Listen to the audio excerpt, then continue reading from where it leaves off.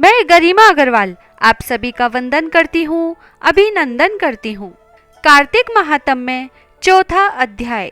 पिछले अध्याय में भगवान श्री कृष्ण ने सत्यभामा को बताया कि उन्हें सभी महीनों में कार्तिक महीना और सब तिथियों में एकादशी तिथि ही क्यों प्रिय है।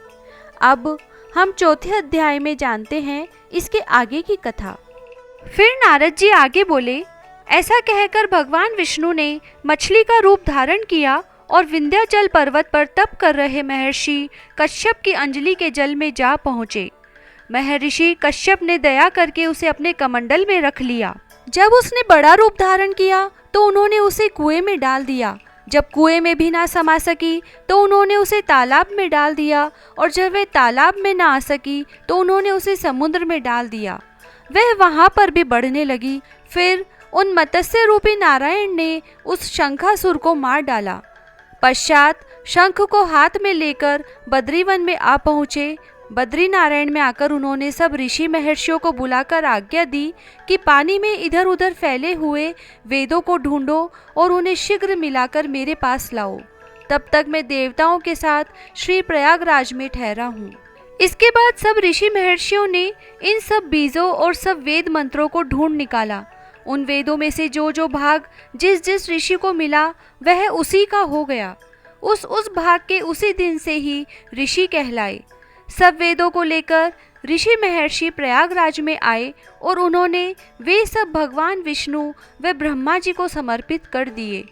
ब्रह्मा जी वेदों को पाकर बड़े प्रसन्न हुए। उन्होंने देवताओं और ऋषियों के साथ अश्वमेघ यज्ञ किया। यज्ञ के अंत में देवता, गंधर्व, यक्ष, नाग भगवान विष्णु को दंडवत करके प्रार्थना करने लगे। देवताओं ने कहा, हे देव, हे जगन्नाथ, हे प्रभो, हमारी प्रार्थना सुनिए। हम लोगों के हर्ष का समय है, इसलिए आप हमें वरदान दीजिए। नष्ट हुए वेद पुनः श्री ब्रह्मा जी को प्राप्त हो गए हैं। हे लक्ष्मीपते, आपकी अनुकंपा से हम देवताओं को यज्ञ का भाग भी मिला है। यह स्थान आपके प्रसाद से आज पृथ्वी भर में सर्व प्रधान, पुण्य को बढ़ाने वाला, मुक्ति तथा भक्ति को प्रदान करने वाला हो, ब्रह्म हत्या आदि पापों का नाश करने वाला हो, परम पवित्र और अक्षय फल देने वाला हो। यह वरदान हमें दीजिए। भगवान विष्णु ने कहा, जो कुछ आप लोगों ने कहा है वह मेरा भी ध्येय है। जैसा आप लोगों ने कहा है कि यह स्थान आज से ब्रह्म क्षेत्र के नाम से पुकारा जाएगा, इस स्थान पर गंगा जी व सूर्यपुत्री यमुना जी का संगम होगा।